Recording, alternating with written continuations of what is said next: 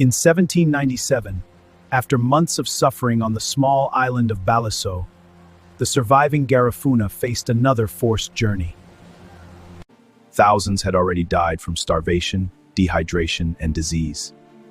Those who survived were weak, exhausted, and grieving.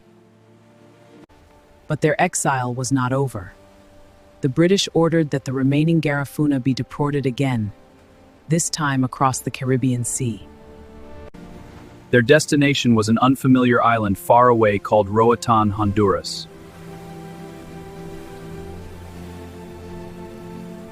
The journey began as the survivors were forced onto British sailing ships. Families who had lost loved ones on Baliceaux climbed aboard the crowded vessels. There was little space, food and water were limited, and many passengers were already sick. The ships left the waters near Saint Vincent and began sailing west across the Caribbean. The distance was enormous. More than 1,500 miles separated Saint Vincent from Roatán. The voyage likely lasted 2 to 4 weeks. Life on the ships was extremely difficult. The Garifuna were packed closely together. The heat below the decks was suffocating. Many people were still suffering from illness and malnutrition after their time on Baliceaux.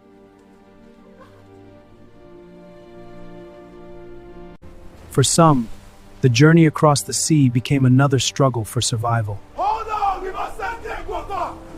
The water rises!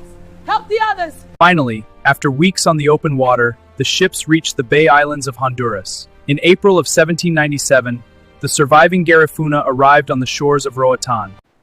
They stepped onto the island exhausted but alive. Roatán, however, was not an easy place to settle. The island had limited resources and could not support the entire population. So many of the Garifuna soon traveled to the mainland coast of Honduras. From there, they founded communities along the Caribbean coast. Over time, Garifuna villages spread across Honduras, Belize, Guatemala, and Nicaragua. Despite exile, suffering, and loss, the Garifuna people survived. Their language, music, and traditions endured. And today, Gar remains one of the most powerful living legacies of resilience in the Caribbean and Central America.